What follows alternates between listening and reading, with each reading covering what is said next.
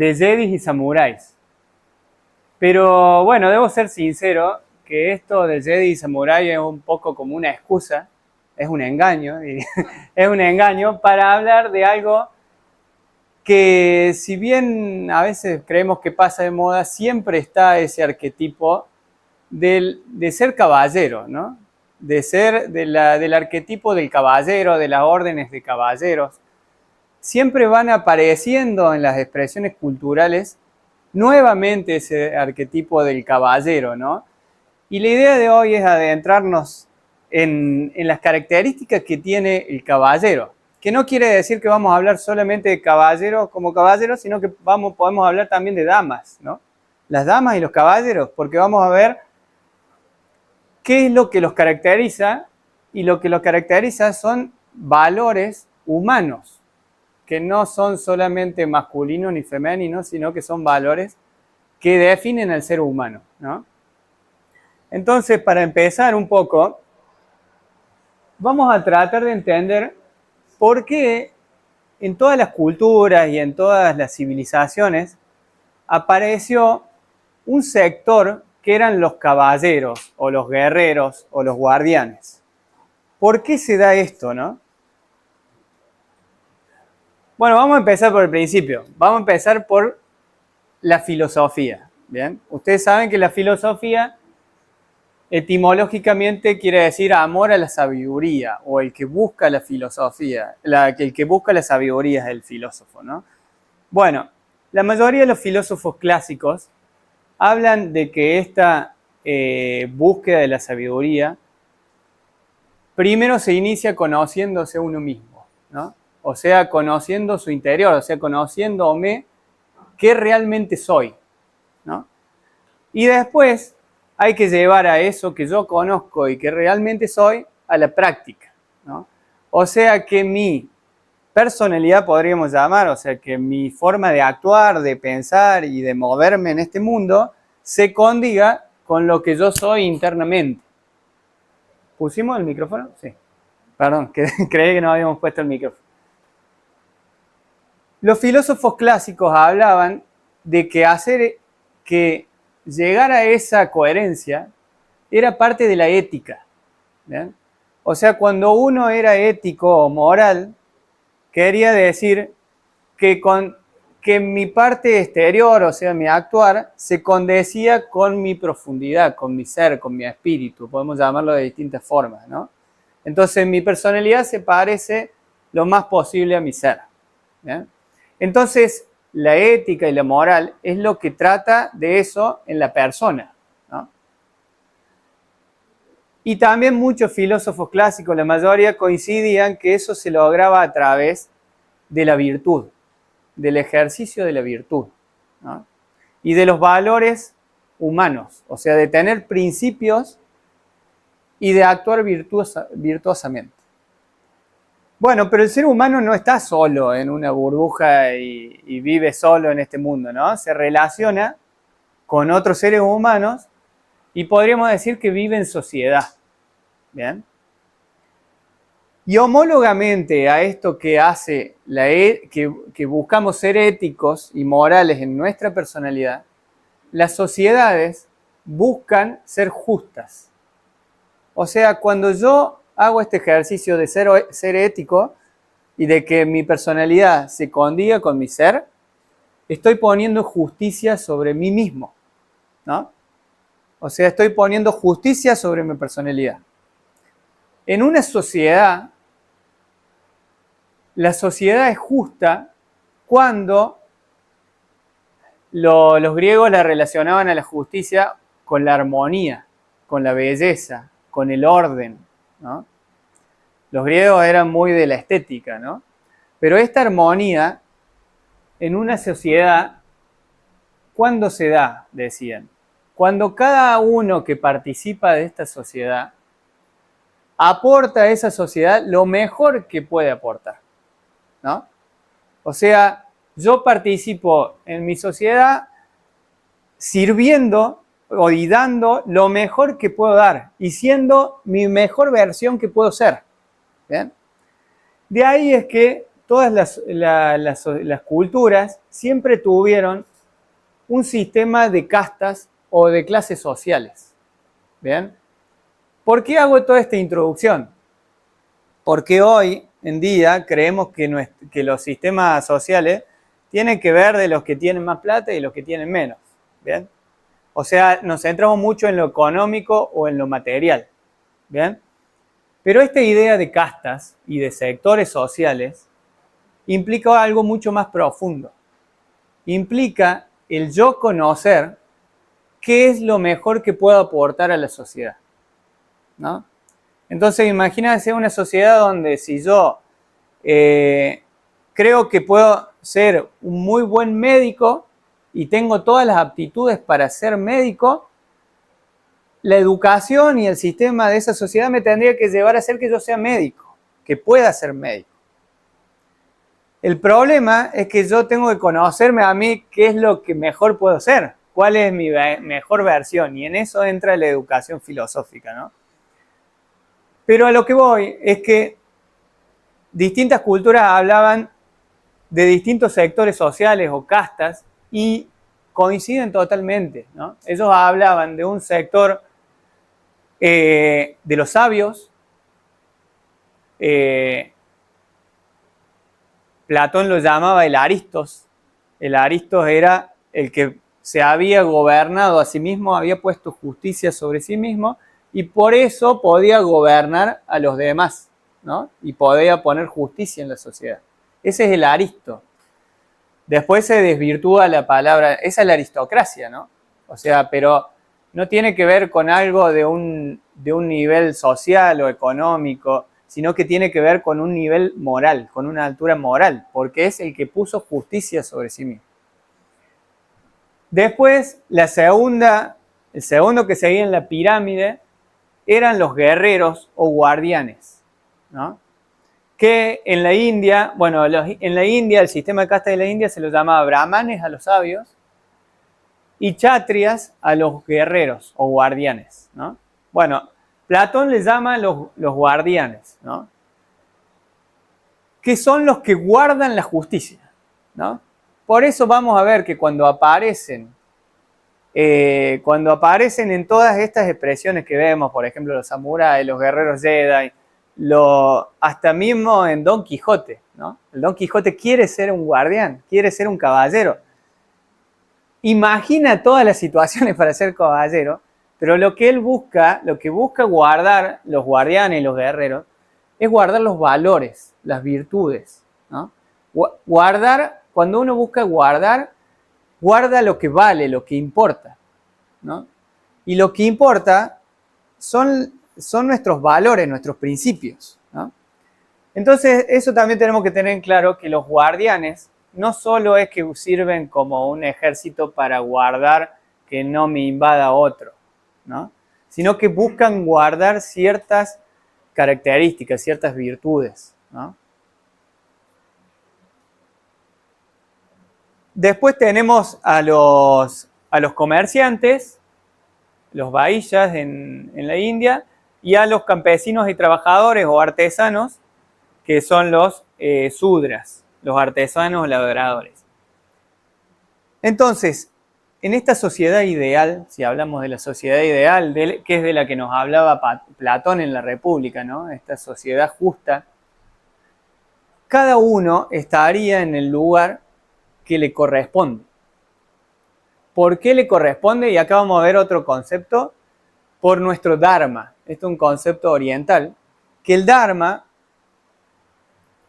que no es lo mismo que el karma, el dharma es el camino que yo tengo que recorrer, el porqué de mi existencia y el para qué, ¿no? Entonces, a medida que yo me conozco más profundamente, quizás voy intuyendo mi dharma, ¿no? ¿Cuántas veces nos habremos preguntado, y espero que nos las hayamos preguntado, ¿para qué estoy en esta vida? ¿Para qué vine? ¿Para qué sirve la vida? ¿Cuál es mi función acá? ¿Qué tengo que hacer? Bueno, eso es buscar tu dharma. ¿Bien? Entonces, cuando uno se va acercando al dharma, se va conociendo y va sabiendo qué es lo que ¿para qué vine a esta vida? ¿Para qué estoy en este país? ¿Para qué estoy en esta ciudad? ¿Para qué estoy en esta familia? ¿No? Es algo muy difícil de entender, pero algo que nos pueda guiar es qué es lo que puede sacar la mejor versión mía. Pero mejor versión mía ¿para qué? Para servir a la sociedad, ¿no? O sea, mi mejor versión para que la sociedad de alguna forma sea mejor. Entonces, si yo soy un buen artesano, muy buen artesano y tengo características para hacer artesanías, la capacidad, tengo que buscar ser el mejor artesano que pueda ser yo. Y al trabajar con la materia, tratar de transmitir belleza al resto de la sociedad. Ese es mi aporte a la sociedad, ¿no? Si yo soy un buen guerrero, tengo características para ser un buen guerrero y un buen guardián, voy a estar en esta casta de los guardianes. Si soy un buen comerciante, voy a estar en esta casta de los comerciantes. Para eso, cada uno tiene que conocerse y conocer su dharma. ¿Bien? Dicho esto, ahora vamos a entrar un poco en las características de los guardianes. ¿Bien?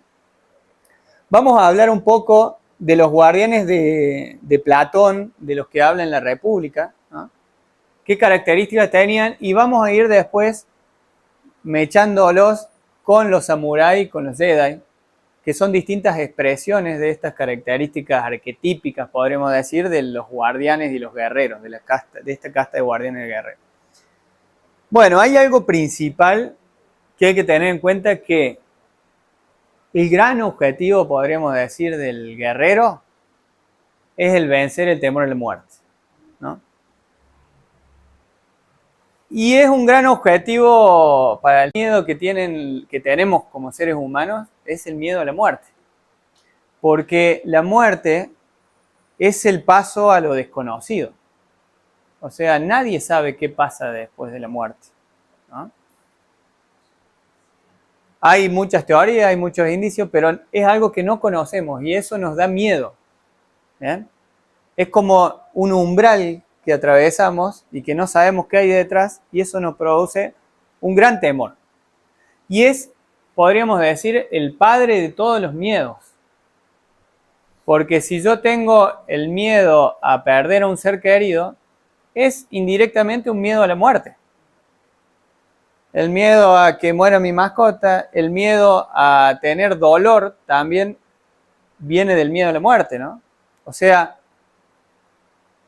y eso, diría Buda, viene por el apego, ¿no? O sea, no, el apego es lo que nos genera dolor. ¿Eh? Ya lo vamos a ver un poquito más adelante, un poco más tarde. Entonces el guardián principalmente lo que tiene que superar es el miedo a la muerte. Por eso es que se enfrenta a la muerte, ¿no? Por eso es que este método consiste en hacer la guerra. Pero no solo la guerra exterior, sino la guerra interior.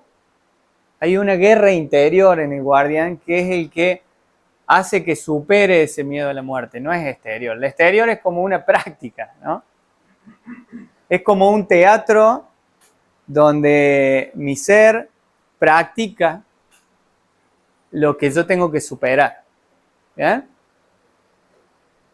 Los guardianes en esta república ideal tienen un sistema de educación. Bueno, Platón, esto lo vamos a ir viendo medio rápido, Platón hablaba de que había que educar en los guardianes tanto el cuerpo como el alma. ¿Bien? Él hablaba de la educación del cuerpo como la gimnasia. A través de la gimnasia podíamos educar el cuerpo. Pero no tendríamos que olvidarnos de educar también el alma. Y el alma se educa a través de la música.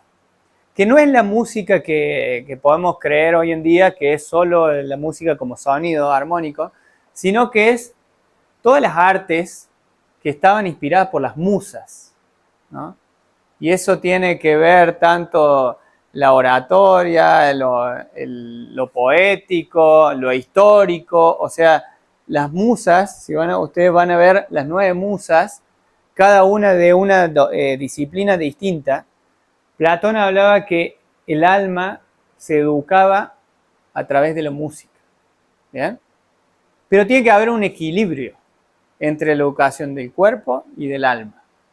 ¿Bien?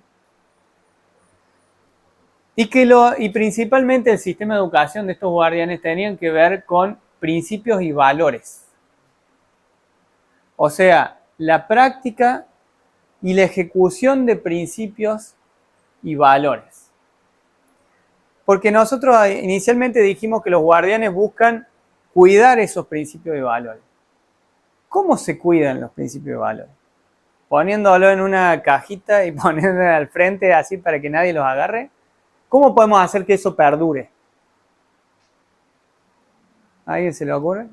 Pasándolo de generación en generación. Bien, pasándolo de generación en generación. Pero, ¿cómo lo paso yo a otra persona? Bien. Pero hay que tener en cuenta que la educación no solo implica algo intelectual, sino que implica que esa persona lo ejercite. ¿Bien? Entonces, ¿cómo guardo yo la generosidad? Siendo generoso. Por más que yo pueda educar a una persona que hay que ser generoso, si yo no lo soy y me ve en el ejemplo que yo soy generoso y él se transforma en una persona un poco más generosa, no estoy guardando ese valor. ¿Bien? O sea, se guarda educando y transmitiendo, pero ejerciendo. ¿Bien? Porque puede haber muchísimos libros que hablen de las virtudes, como los libros de Aristóteles, por ejemplo. Pero si eso queda solo en el libro, ¿para qué sirve? ¿No? Y la educación también, bueno, no solo en la casta de los guerreros, sino que toda la educación tendría que ser desde niños, ¿no? Y desde niños, el sistema educativo tiene que ir detectando, y la misma persona detectando, para qué lugar dirigirse, ¿no? Si ser guerrero, si ser comerciante, artesano. Otro tema de lo que habla Platón en la República es el rol de las mujeres. ¿Bien? Él habla que en este caso que las mujeres tienen la misma posibilidad de ser guardianas que los hombres. No hace distinción. ¿Bien? O sea, las mujeres tienen la misma, que vemos que esto en muchas órdenes de guerreros o caballeros no se da, ¿no? Bueno, Platón hablaba de eso, que podían ser guardianas. ¿Bien? ¿Cuáles son las virtudes fundamentales de los guardianes? Que ya lo vamos a desarrollar más adelante. El valor, la valentía es clave. Un guardián o un guerrero cobarde no puede ser guerrero, no puede ser guardián. La templanza. La templanza consiste en el dominio de uno mismo. ¿Bien? La templanza es estar en mi eje y dominado por más que llegue un huracán a mi lado, ¿no? O sea, cuando pasan cosas que buscan desequilibrarme, yo estar equilibrado y centrado. Esa es la templanza. ¿Bien? Muy estoico esto. La mesura, bueno, la mesura se entiende un poco más. Y el desapego. ¿Bien? Y él hablaba que tenían que tener un tipo de vida particular los guardianes de esta república. Que debían vivir en comunidad, todos los guardianes juntos, que no debían tener bienes materiales, sino que la misma república tenía que mantenerlos con mesura, o sea, con lo mínimo que necesitan, y ellos no podían tener bienes materiales. Y esto es algo que hoy en día nos parece muy raro, ¿no? Pero él decía que los hijos tenían que ser comunitarios. ¿Qué quiere decir esto? Que ellos tenían hijos entre guardianes y que no debían saber cuál era su hijo. ¿Por qué? Porque de esa forma todos serían como una gran familia porque todos los hijos son de todos. O sea, yo considero hijo mío a todos los chicos, por así decirlo, ¿no? Y que la educación principalmente debía ser para la guerra. ¿Bien? Por eso desde muy pequeños los guerreros y guardianes, si se fijan en todas las castas guerreras que podemos ver en las distintas épocas de la historia, todos tienen una educación de guerra desde muy chicos. ¿Bien? Pasamos.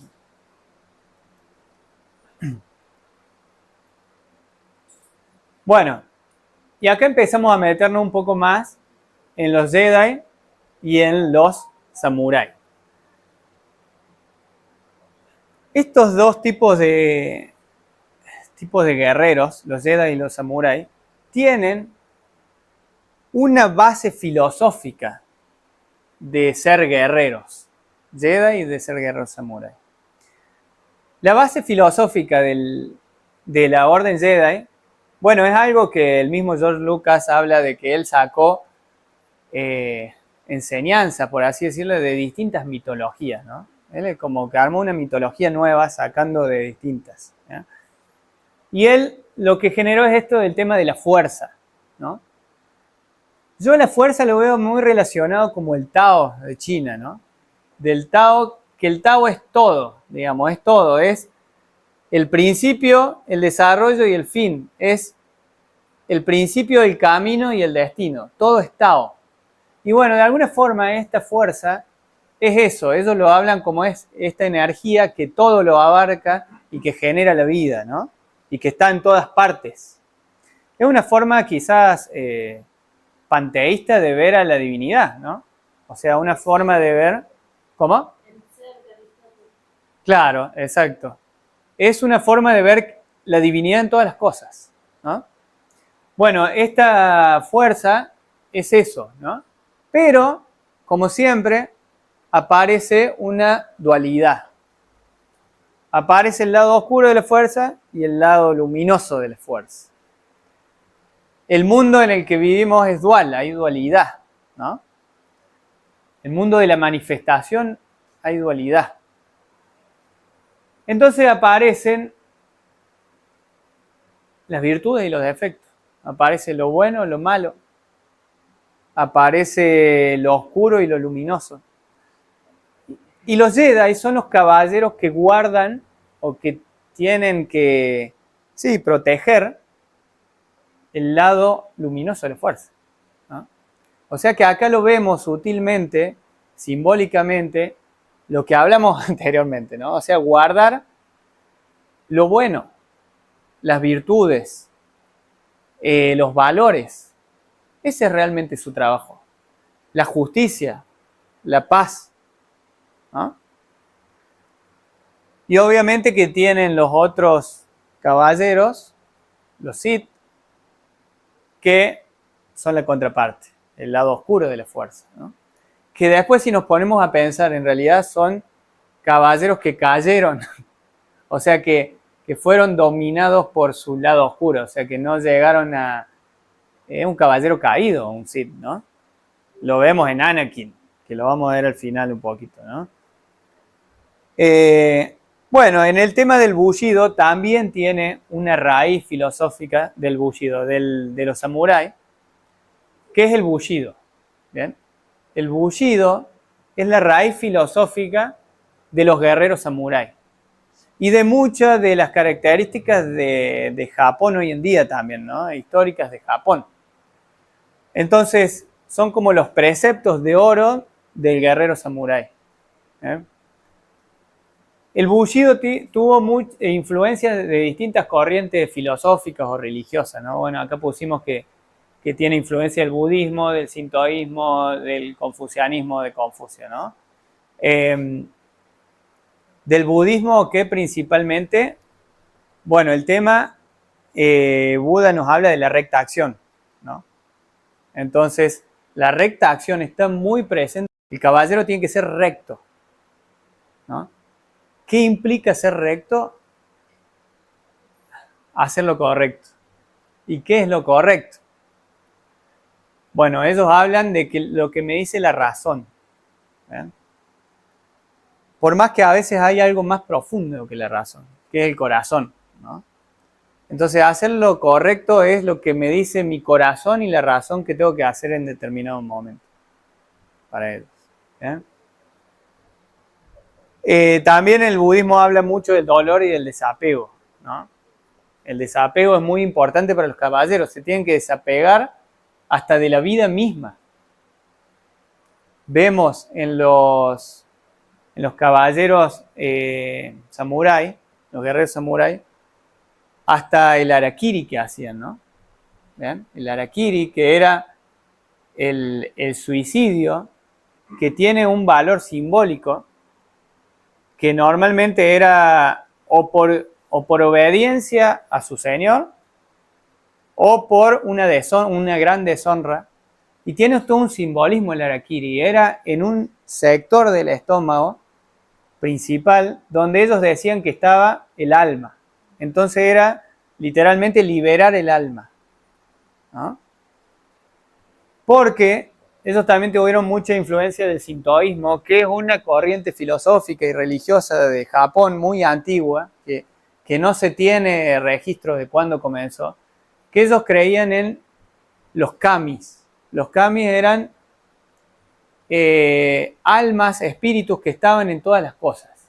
Entonces ellos creían que, por ejemplo, la lluvia tenía un kami, la montaña tenía otro kami, la nieve tenía otro kami, el viento tenía otro kami. ¿Bien? Esto es lo mismo que estábamos diciendo de ver a Dios en todas las cosas, ¿no? Y también hablaba de que cada uno tiene su kami, o sea, su alma.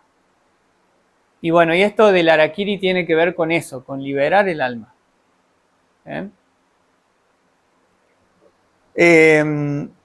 Y de Confucio, bueno, la idea de Confucio era mucho más platónica, por así decirlo, más política, de llevar este desarrollo individual a la práctica, de llevarlo a la sociedad, ¿no? Por eso los samuráis tienen un rol preponderante en la sociedad de la época feudal de Japón, ¿no?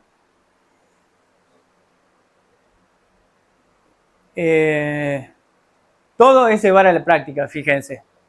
O sea, todas las distintas expresiones es una idea arquetípica de lo que es el caballero y de llevarla a la práctica de alguna forma. Y eso lo podríamos llamar formación del carácter. O sea, es una forma, valga la redundancia, de formación del carácter. Hay mucha filosofía, por ejemplo, la escuela de filosofía pitagórica, por ejemplo, era una escuela de formación del carácter. Porque era una escuela donde se estudiaba filosofía y servía para formar mi carácter. ¿Qué quiere decir formar mi carácter? Trabajar sobre mi personalidad, ¿no? Sobre mi forma en la que actúo, sobre lo que soy, sobre lo que hago. Trabajar sobre mi expresión en este mundo, ¿no? Bueno, eso es formación de carácter. Esta es otra forma de formar el carácter a través de las órdenes de caballeros o de guerreros.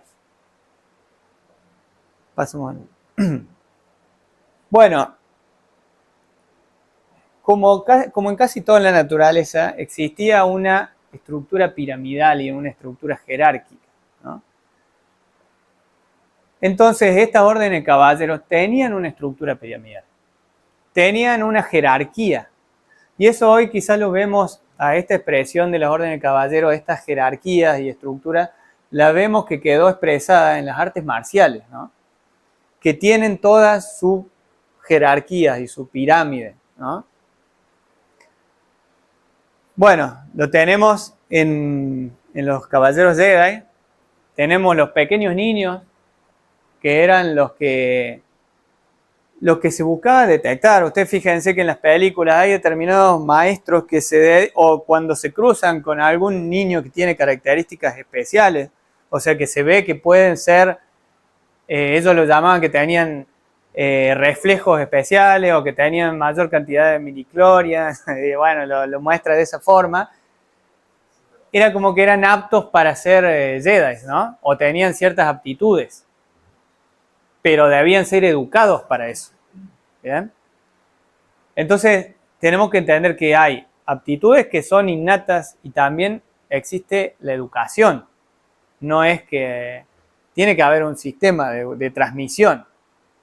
Entonces, tenemos a los pequeños. Después ya pasamos a, por ejemplo, cuando era a los Padawan. A los Padawan, que son que acá en el Padawan y el Caballero Jedi ya se ve muy fuerte la relación maestro-discípulo, que es algo muy importante en las órdenes de caballero. La relación maestro-discípulo. Esto que hablamos recién de cómo transmitirlo, pero transmitirlo profundamente, o sea que genera un cambio en la otra persona, es esta relación de maestro-discípulo. Y que no solo significa que el maestro va a transmitir al discípulo, sino que el maestro va a aprender y desarrollarse transmitiendo. Como así también el discípulo va a desarrollarse recibiendo esa enseñanza. Y como así también en algún momento el discípulo será maestro. Es una gran cadena, ¿no?, de maestros y discípulos. Bueno, acá en las órdenes de guerreros se ve muy claro. ¿Sí? ¿Alguien quiere decir algo? Pueden levantar la mano e interrumpir nomás.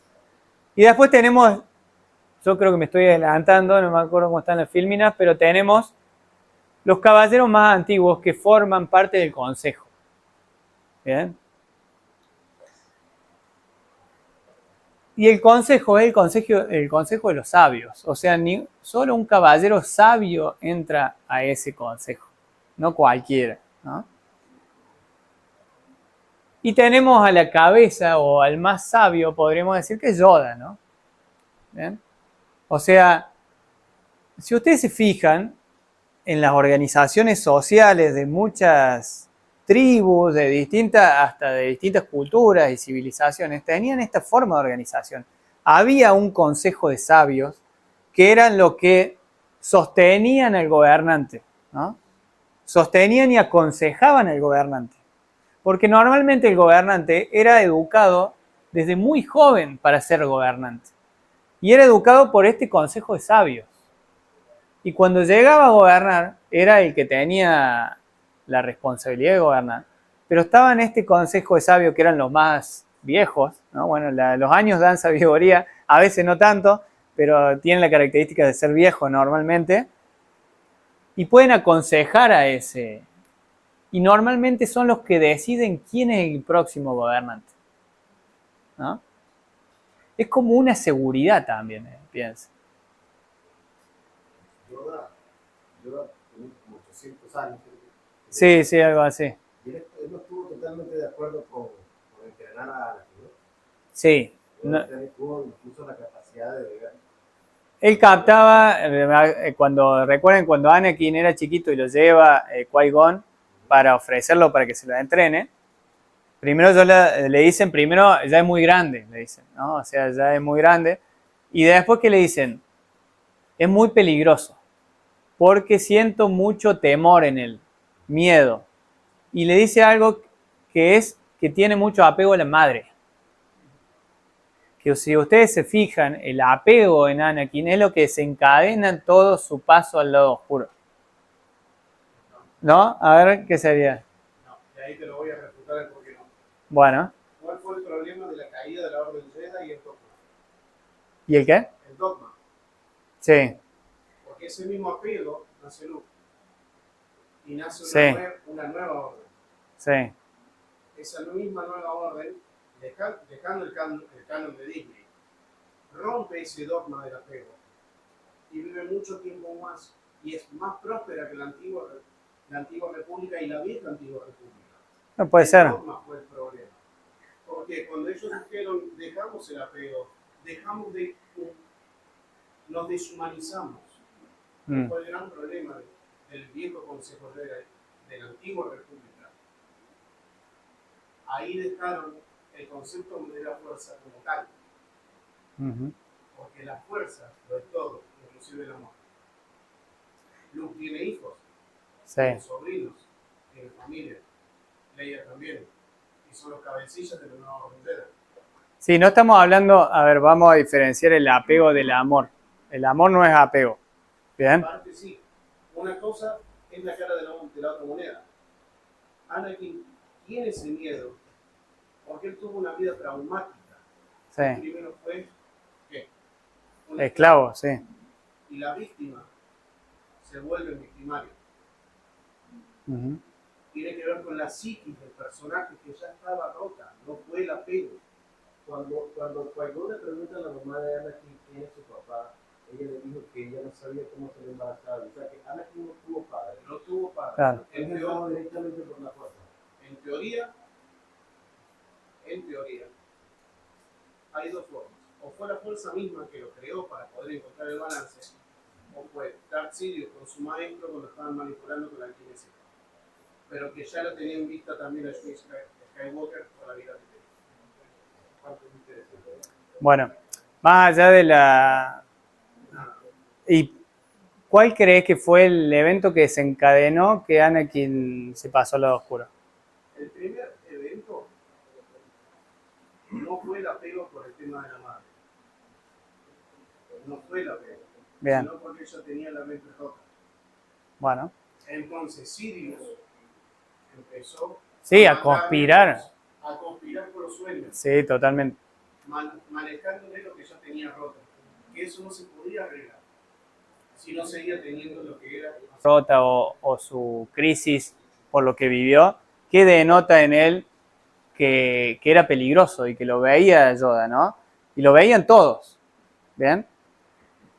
Nada más que no estuvieron cegados y no vieron que alguien estaba conspirando atrás de él, ¿no? Pero lo que quería ir era, bueno, en este tema de que él nace, a ver, esto de que nace de una virgen no es algo nuevo. O sea, lo vimos miles de veces en miles de mitologías y esto es un simbolismo. ¿Qué simboliza, a mi modo de ver esto? Que es una expresión como más directa de la sabiduría que se manifiesta de la pureza. ¿Bien? O sea que es algo más elevado que baja a manifestarse. O sea, que no haya salido de esta dualidad entre hombre y mujer simboliza que es de otro nivel. ¿Está bien? Y esto sucede con, bueno, tanto con Jesús, con todos los, podríamos ya en la India los llaman los avataras, que son los que generan las religiones, nacen de esa forma. Krishna nació de esa forma, o sea, siempre nacen de una madre pura. En Krishna es mucho más evidente. ¿Por qué? Porque nace, la madre es tocada por un elefante blanco y ahí se concibe Krishna. El elefante en la India es el símbolo de la sabiduría. Entonces, es como que la sabiduría baja directamente. ¿Bien? Yo creo que George Lucas quizá quiso expresar de alguna forma esto. Puede ser.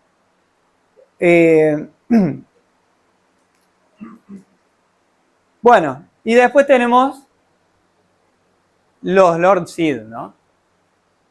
Que no sabemos mucho de la historia, quizá usted lo sabe para un poco más, pero yo me imagino que son caballeros que cayeron en el lado oscuro, cayeron en los defectos, más que no lograron proteger esas virtudes que tenían que proteger, ¿no? O sea, son caballeros caídos para mí, ¿no? Y que obviamente trabajan para el lado oscuro, para la oscuridad. Trabajan en contra, o sea, son parte de esta dualidad. Pero son parte necesaria, ¿no? Usted piensa en una cosa. ¿Cómo un guerrero va a ser mejor guerrero y va a desarrollarse si no tiene dificultades? Nos pasa a nosotros mismos. ¿Cómo nosotros vamos a ser mejores personas si no tenemos dificultades? Lamentablemente o no, la vida nos va poniendo dificultades siempre, ¿no? Y nosotros tenemos que entender que cuando pasamos esa dificultad somos distintos, somos un poquito mejores. Si es que logramos desarrollar algo en nosotros mismos, si esa dificultad sirvió para algo, ¿no? Bueno, esto es el yin y el yang, ¿no? Es la luz y la oscuridad, es un juego, es el caduceo de los griegos, son las dos serpientes. Este juego de búsqueda de equilibrio y desequilibrio es el juego de la vida, ¿no? Y es la forma en que uno puede evolucionar, es el camino del héroe. Si el héroe no tuviera las dificultades ¿qué sería del héroe? ¿No? Entonces, bueno, tienen que existir los Lord Sith, ¿no? Hay algo que en los samuráis está muy presente, que viene del sintoísmo también, y viene también de Confucio, que es el respeto al padre y a la madre, y el respeto al maestro y al señor. O sea, porque fíjense que los caballeros, los samuráis, luchan y protegen al señor feudal, ¿no? Al príncipe. En realidad, esto es lo que llama Confucio el príncipe Hu. El príncipe Hu es este Aristos que nos habla Platón, el que es justo y puede gobernar a los demás, tiene la capacidad de llevar justicia a la sociedad. Es el príncipe Hu de Confucio. Bueno, los caballeros cuidan, protegen a ese príncipe, ¿no? Esa es su función. Entonces, vamos a ver en los samuráis que tenían esa característica, que hasta daban su vida por su señor, ¿no? Paso. Bueno, como dijimos, era una formación de carácter, no sé qué estamos para no pasar. Era una formación del carácter y principalmente una formación de ser recto. Y recién ya lo explicamos un poco, que el ser recto es hacer lo correcto y hacerlo siempre. Y esa rectitud es lo que me dice mi interior que es lo correcto. Y la razón también. ¿Los Sith en qué parte de la pirámide de Platón se encuentran? Los Sith, Platón no habla de los Sith, no habla de los guerreros oscuros, porque él habla en la República está hablando de la ciudad ideal, o sea, está hablando de un ideal. Entonces no aparecen, por lo menos yo que haya leído en la República, no aparecen los Sith. Pero en la visión platónica es que nosotros tenemos una lucha interior entre un Jedi y un Sith. Ahí haría como alusión también al mito de la caverna. Al mito de la caverna. Algo propio e inerte del mismo ser humano, la luz y la oscuridad. Sí. A mi entender de la idea de Jean-Luc, ¿no? La idea de está el bien y está el mal. El bien en estado de la idealización de la república, y el mal es lo contrario. O sea, no sé, Es la falta de bien. claro, es la falta de bien. Buscar una analogía con la religión católica o cristiana, que es Dios como la luz, utópico, Sí. donde aspiramos llegar al cielo, a la eternidad, no sé, Al paraíso. a la eterna, Sí. y después tenés el infierno y los caídos, el diablo, no sé, Satanás. Para ser moral. No es fácil. O sea, todos lo vivimos, no es fácil. Es una lucha interior. Es una lucha entre mis virtudes y mis defectos. Y ahí entra el caballero Jedi y el Sith. O sea, la luz y la oscuridad está dentro de nosotros también. No somos... Digamos que la luz y la oscuridad, o el bien y el mal, son absolutos. Son manifestaciones de los extremos, digamos. En los extremos, exacto. Y después todo lo manifestado está entre medio. Hay una noción de equilibrio del esfuerzo que también me va a ¿no? Sí. O algunos Jedi o no Jedi, como el caso de Ahsoka. Sí. ¿No? Si entonces soy esto, tampoco soy lo otro, practico las virtudes, tratando de hacer el bien, pero sin caer en el dogma que llegó el orden Jedi a caer. Sí, Ahsoka es como que sale de este método de enseñanza, digamos. ¿Está bien? Sale de la educación. Yo iba a hacer un Sí. comentario para que no se perdiera la idea de la actitud del compañero sobre qué analogía encontrar en la filosofía de Platón, que lo aplicó también la compañera. Y bueno, yo quería ponerme un poquito más, de acuerdo a cómo lo entiendo, y veo la figura de Sith en el mito del carro alado, Sí. donde está el ser luchando contra dos fuerzas, sería el caballo blanco y el caballo negro, que donde uno gira hacia la razón, hacia el arquetipo, y el otro hacia las partes menos glamorosas, menos dolorosas del ser humano. Entonces, aquí yo pudiera encontrar algún rasgo parecido con lo que sería Claro. el ciclo, ¿no? Bueno, a eso quería... Eso sería, con ese simbolismo del carro, está hablando de nuestra guerra interior donde tiran las pasiones más bajas y nuestra razón, si se quiere, o nuestra moral, nuestras virtudes. Hay una lucha entre esas pasiones, nuestra parte más animal, por así decirlo, más pasional y lo más elevado. Hay una lucha interna. Y esa lucha se da en todos los planos, ¿no? Bueno, y este es un ejemplo de entre la luz y la oscuridad. Se da en el... Si ustedes piensan, el sol está luchando todos los días. Todos los días pasa la noche el sol y muchas culturas lo vivían así, como que el sol durante la noche estaba pasando sus pruebas y todos los días tenía que superar esa prueba para que aparezca nuevamente. Y en un año también tiene que hacer ese ciclo. ¿Bien? O los trabajos de Heracles no son los 12 trabajos y se relacionan con el ciclo zodiacal. ¿Bien? Es un camino para recorrer y donde en ese camino se van superando pruebas, sus partes oscuras, y al terminar ese camino soy diferente, soy mejor. Me elevo un poquito. ¿Bien? Entonces, es mucho más interesante lo que hablamos. Yo voy a ir pasando más rápido para... la formación de carácter y la rectitud. También es muy importante la prudencia, la inteligencia y la dialéctica. Para ellos tenían algo de estoicos que era muy importante. No es que detestaban, pero no le daban importancia a lo intelectual, sino que le daban mucho más importancia a lo práctico. Por eso son guerreros, digamos. O sea, no era que no le daban tanta importancia al desarrollo intelectual, a leer. Si bien desarrollaban mucho la poesía, que era su parte de desarrollo del alma, cuando veíamos en Platón, de la gimnasia y la música, los guerreros samuráis eran poetas y escribían poemas en plena guerra, o sea, antes y después de las guerras. Eso, bueno, está muy relacionado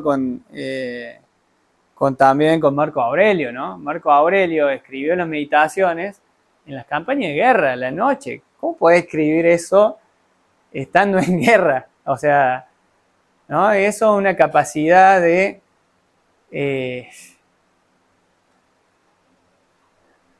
y esa capacidad de liberar el alma en esos momentos donde tenés que ser muy recto y muy duro.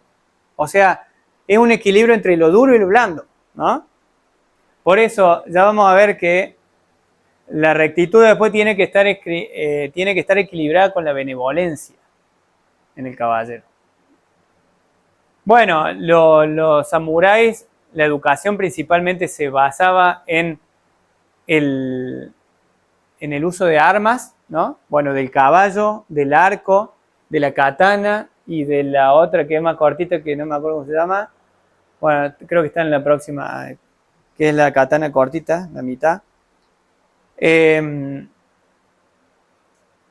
Pero también en moral, en literatura y en historia, ¿no? O sea, era alimento para el cuerpo y para el alma, las dos cosas. Porque si no, un guerrero se vuelve muy duro.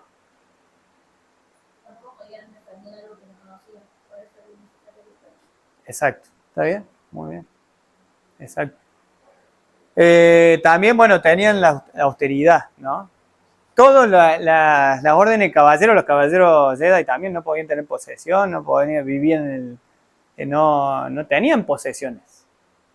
¿Ven? Porque eso lleva al apego a lo material, ¿no? O sea, y puede llevar a la corrupción también, ¿no? Es más, Platón habla de que los gobernantes no pueden tener posesiones, digamos, ¿no? Algo similar como ahora. Los samuráis decían que las riquezas son el obstáculo de la sabiduría. Si bien en el caso de los samuráis vivían como en comunidad y ellos también labraban la tierra, eran muy mesurados, ¿no? O sea, no ostentaban nada. Y la formación del samurái, bueno, en el Bushido se habla de la formación de Qi Jin Yu, que es sabiduría, benevolencia y valor.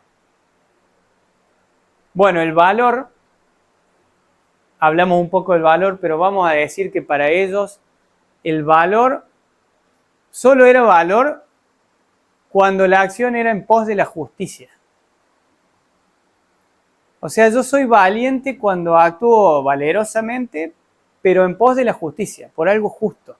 Cuando no es así, no es valor para ellos, ¿no? Y es una especie de temeridad. O sea, recuerden que, bueno, Aristóteles también nos habló muchísimo de las virtudes y él decía que la virtud era un punto medio entre dos, un extremo y un defecto, ¿no? Entonces, si vamos al valor, el exceso de valor sería la temeridad. O sea, de actuar sin medir las consecuencias, ¿no? Hoy confundimos a veces temeridad con valor. El valor es un punto justo, no es ser temerario, no es ir a ciegas así, ser temerario. Eso no es valor, no es ser valiente. Bueno, el defecto de valentía es la cobardía. ¿Bien? Pero me pareció interesante esta mirada de los samuráis de que el valor además tiene que ser en pos de la justicia. ¿Bien? Y que también hay valor cuando yo estoy sin actuar. O sea, el valor, ellos decían que había un valor que era en acción, el que todos conocemos casi, y había un valor en reposo. Que el valor en reposo está relacionado con la templanza. O sea, el valor en reposo es cuando yo estoy sereno y actúo cuando tengo que actuar. Es como una serenidad. Es como una serenidad espiritual, por así decirlo. Y eso, por ejemplo, yo me acuerdo mucho en los Jedi cuando Maul mata a Qui-Gon y que venía Obi-Wan corriendo y se le cierra la puerta y se sienta a meditar antes de la batalla. Eso también es, eso es centrarse, ¿no? No está como loco esperando. No, se sienta y se serena, ¿no? Hasta en el peor momento porque habían matado a su maestro. No, porque se sienta Qui-Gon. Ah, ¿se sienta Qui-Gon? Sí. Qui-Gon se sienta. Se sienta cuando lo ve a él ahí. Obi-Wan se abre la puerta, sale con toda la furia, pero Sí. también está centrado y por eso logra ganar. Bien. Pero ¿quién pelea primero? Qui-Gon con... Primero pelea Qui-Gon. Bien. Bueno, pero esa actitud, ¿no? De estar en plena batalla y poder estar centrado. Pero el que hace Obi-Wan también antes de morir, antes de pasar a otro plano, ¿no? También se pone a meditar y se parece. También Sí. tiene fuerza, no tiene fuerza. Sí, y que Obi-Wan hace algo muy valorable, o sea que cuando estaba luchando con Darth Vader, ve que Luke lo mira, que lo estaba mirando y sabía que eso era lo que necesitaba Luke en ese momento. Entonces, es como la última enseñanza que le da a su discípulo, es dar la vida por esa enseñanza, ¿no?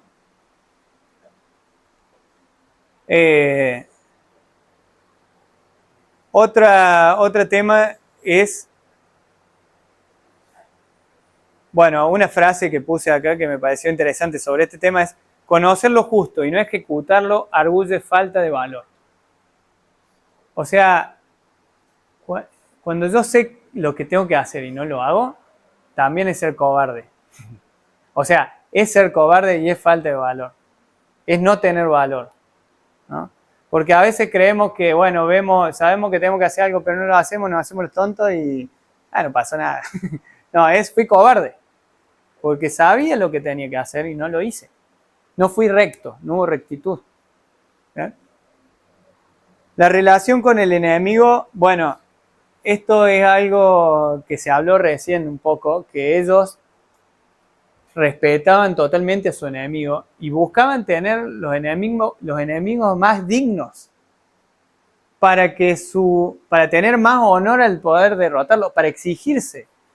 Uno, por ejemplo, cuando juega un deporte y va avanzando, quiere jugar con los mejores, para ganarle a los mejores, no quiere seguir jugando siempre en la B para, bueno, soy el campeón de la B siempre, no, llega un momento que decís, bueno, quiero jugar con uno de la A, y eso te va haciendo desarrollarte también, ¿no? Querés jugar con los mejores.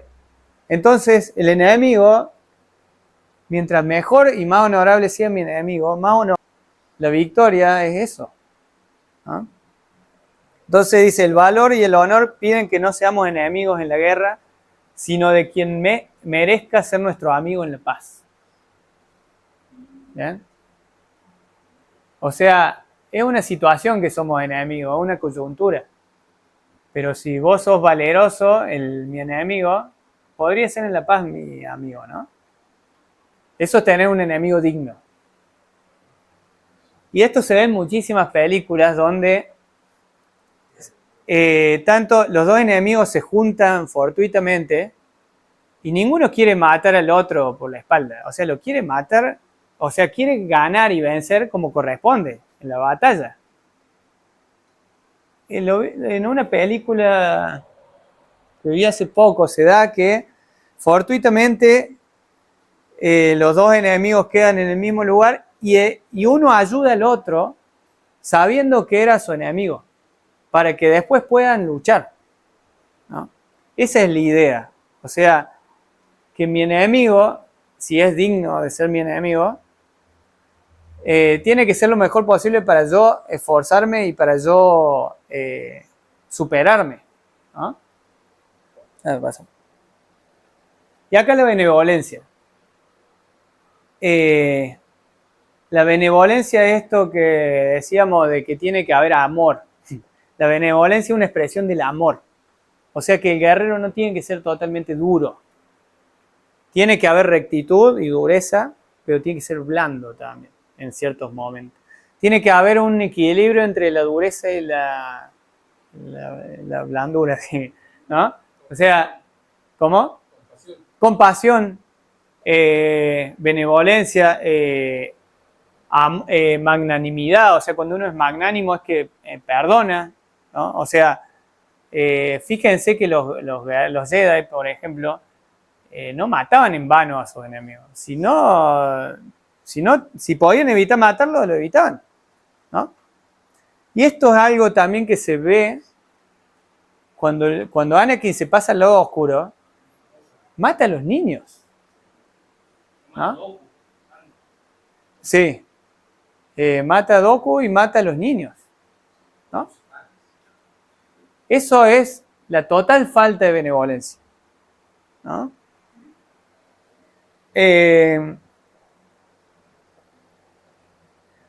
Y acá, bueno, es una forma de liderazgo para Confucio. Acá hablamos del príncipe Hu y Confucio decía, nadie va a poder gobernar a un pueblo si antes no se ganó el corazón de ese pueblo, ¿no? Ahí está, la rectitud llevada al exceso petrifica en rigidez. La benevolencia practicada sin medida se funde en debilidad. Tampoco puede ser todo benevolencia, porque soy débil, ¿eh? Hay un justo medio ahí entre esas dos virtudes. Paso. Bueno, y acá un poco de las características que ya hablamos un poco, lo hablé en la otra diapositiva, en la otra filmina, que bueno, que había una selección de aspirantes, los Jedi,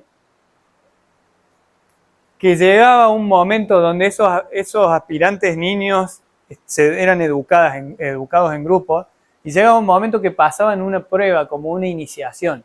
Esa iniciación siempre se ve en el camino del guerrero, ¿no? Acá en los Jedi la iniciación era que eran llevados a un planeta para que forjen su propio sable láser, ¿no? Eran llevados a un planeta donde estaban los cristales Kyber, que eran los que podían generar el arma láser, ¿no?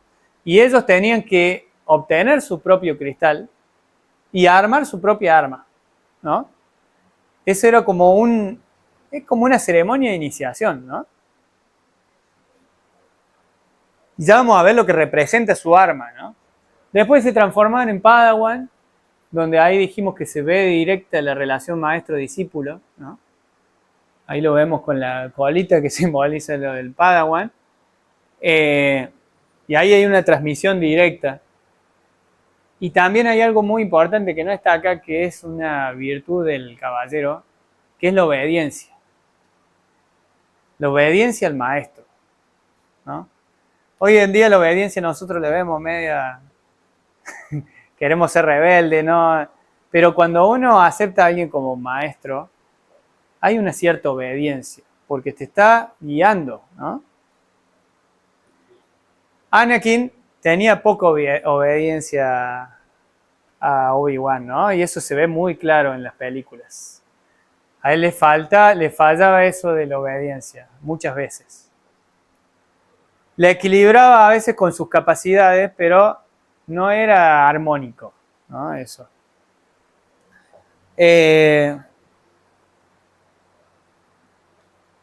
Después, bueno, dijimos que teníamos los caballeros y tenemos el consejo, que ya hablamos para atrás. Bueno, valores de los caballeros seguimos viendo, ya acá ya vimos la rectitud. Algo que es muy importante, la cortesía. ¿Qué es la cortesía? Que está un poco fuera de moda hoy en día, ¿no? Ser cortés es demostrar en las formas los sentimientos para los demás. O sea, el considerar a los demás y demostrarlo en la forma, ¿no? O sea, la cortesía está relacionada con la consideración y el sentimiento hacia los demás. O sea que la cortesía viene de algo muy profundo. Hoy en día creemos que la cortesía solo es la forma, o sea, no vemos que viene de eso profundo. Entonces, a veces denostamos la cortesía porque creemos que es una forma para cumplir con una tradición, por así decirlo, o con un mandato de que nos educaron y tiene que ser así, ¿no? Por eso la cortesía bien vista es teniendo en cuenta esta profundidad, de que la cortesía hacia el otro viene de tener en cuenta al otro y de ver al otro, de considerar al otro, de ser generoso con el otro, ¿no?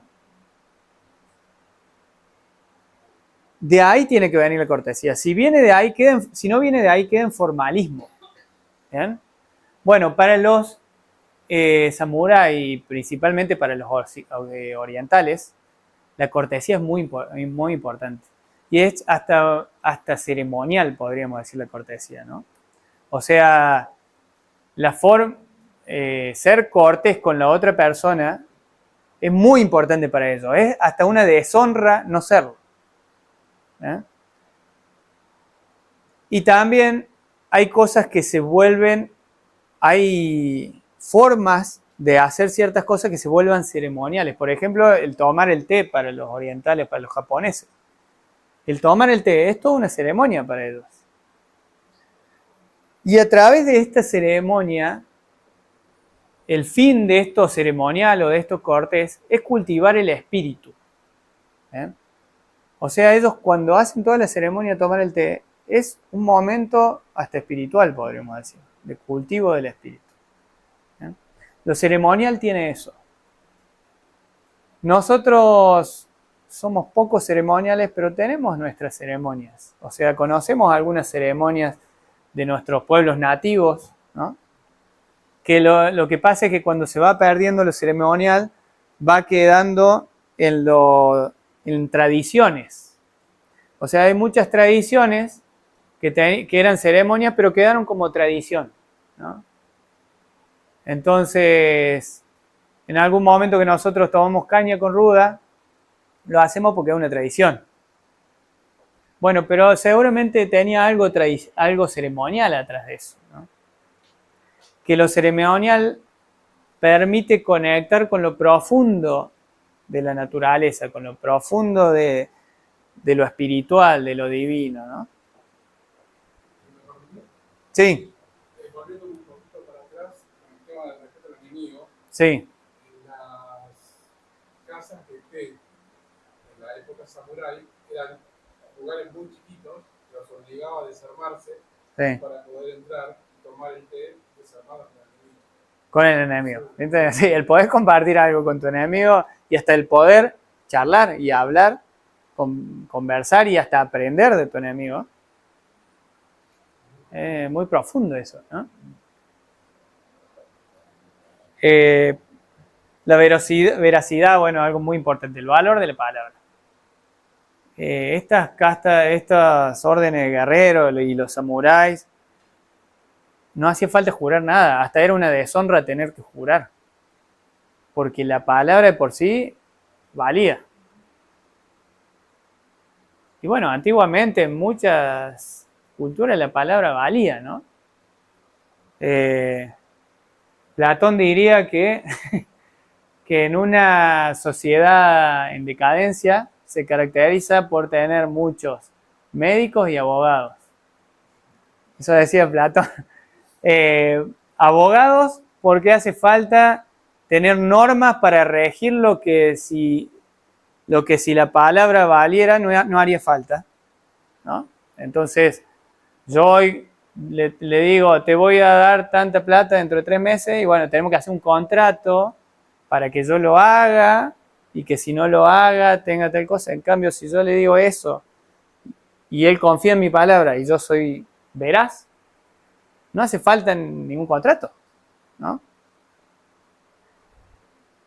Y los médicos, porque una sociedad en decadencia, dice, pierde la armonía de la salud también, ¿no?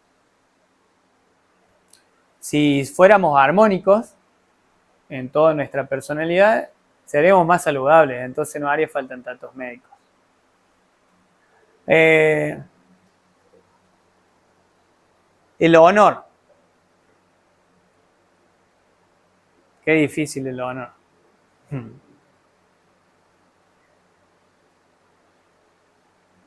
Al principio hablamos que la formación del carácter o este camino era para que nuestra personalidad se parezca lo más posible, sea mejor fiel reflejo interiormente para transformar nuestra personalidad en mejor reflejo. El honor es eso. Cuando alguien es honorable es cuando refleja de mejor forma el ser.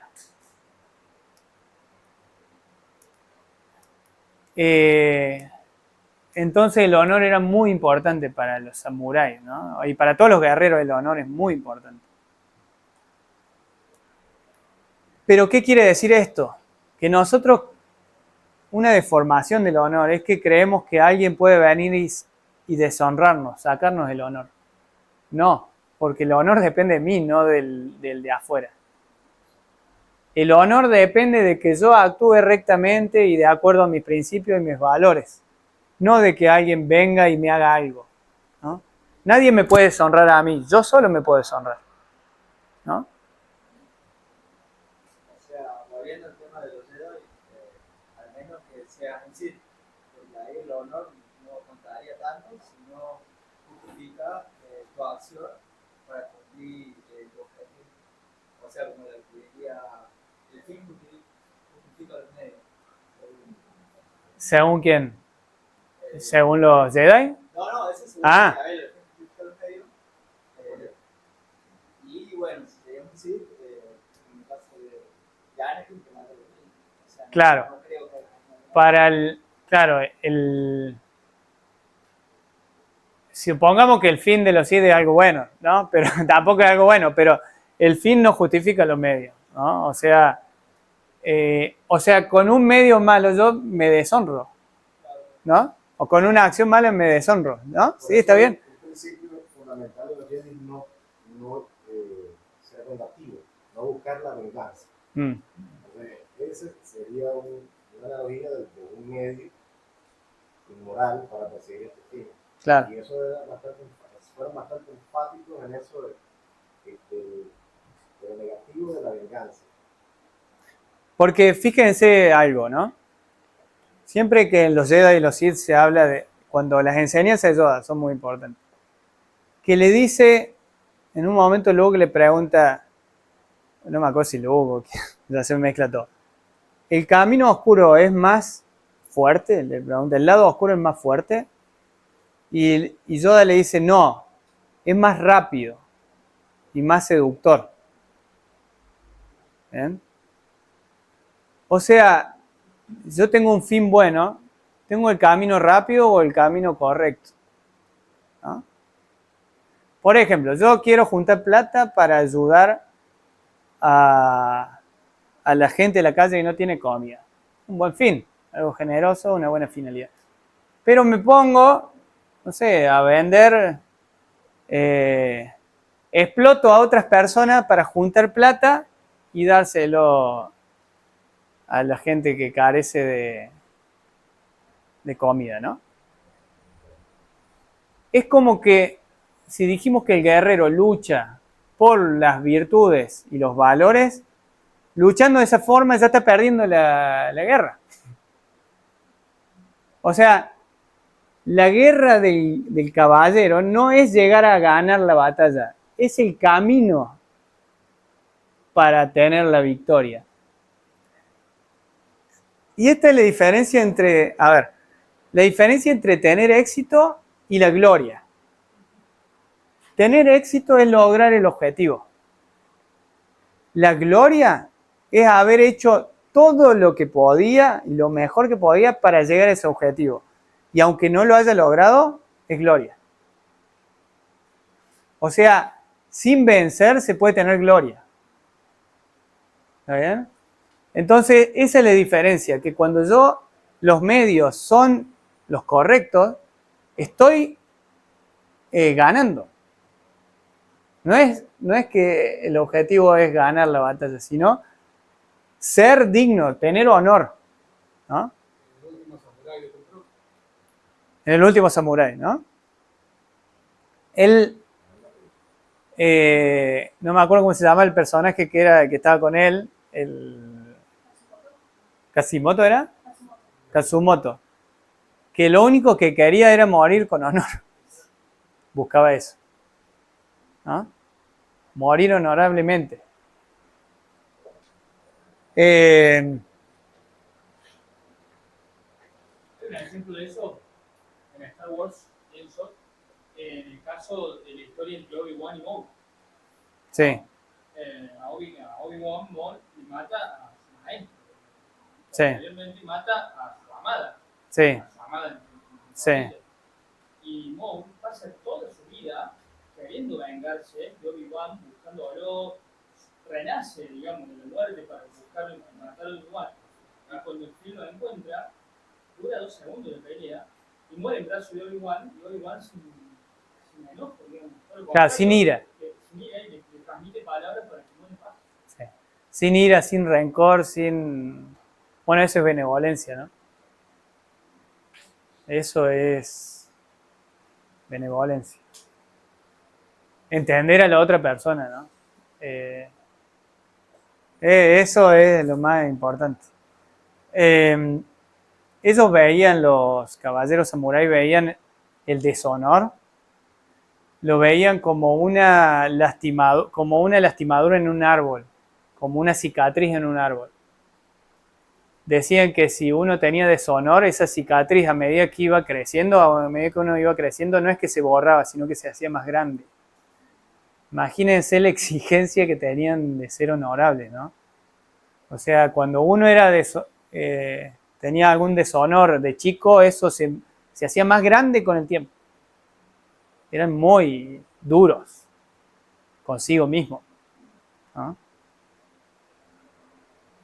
Bueno, por ahí también un poco lo que pasa con la Cámara, la honorable Cámara de Diputados, tiene su monto romano, digamos, que no se pagaba por material, sino que Sí, era un servicio. la verdadera contribución de pertenecer a eso era algo que se pagaba virtualmente, digamos, era algo invisible a los ojos. era el honor de servir. El servicio a la sociedad era un honor, digamos, ¿no?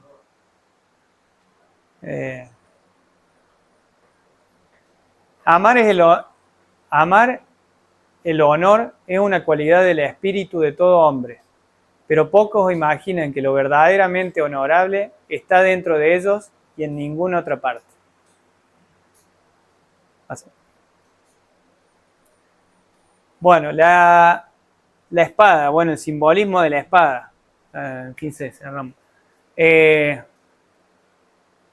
La espada normalmente es símbolo de voluntad en lo mitológico y en el mundo de los mitos y de los símbolos. Es símbolo de la voluntad del caballero.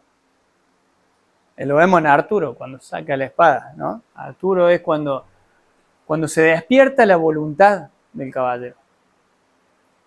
Por eso vamos a ver que hay muchas veces que se enseña en los caballeros Jedi, no podés perder por nada en el mundo tu espada, no te podés separar de tu espada, no podés perder la voluntad, es lo más importante. Sin voluntad no podemos hacer nada, ¿no? Entonces la espada simboliza eso. Es también un símbolo de iniciación, dijimos, o sea, cuando uno obtiene su espada, es que gobernó algo de su voluntad. Los niños estos que obtienen la espada y es la iniciación a ser guerrero. O sea, cuando uno se convierte en guerrero, se inicia como guerrero, obtiene su arma, obtiene su espada, obtiene su voluntad. Los samuráis también, en un determinado momento obtenían su katana, al principio no. Cuando ya tenían su katana y su otra espada más corta, era cuando se convertían en guerreros, ¿no? Cuando se iniciaban. Entonces siempre que vean en algún mito, que el héroe o que el caballero obtiene la espada o obtiene un hacha, el hacha también simboliza eso, el hacha simple o el hacha de doble filo simboliza la voluntad, es que pasó una prueba, pasó una iniciación, se hizo caballero, ¿no?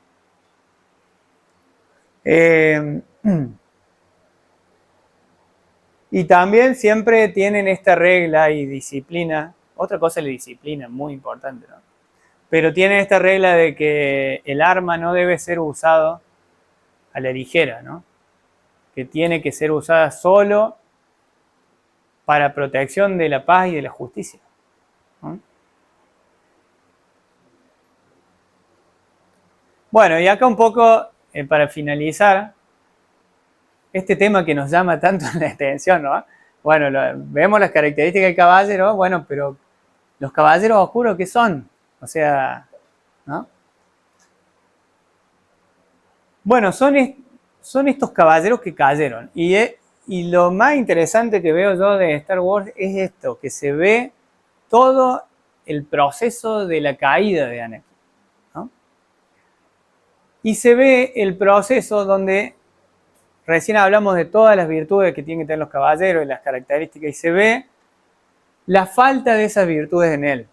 Lo vemos en las películas, en el episodio 2 y 3 principalmente, ¿no?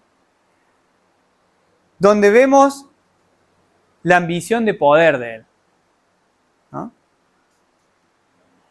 Donde se ve la ira, cuando pierde a su madre, la ira que le genera y que mata a todos los...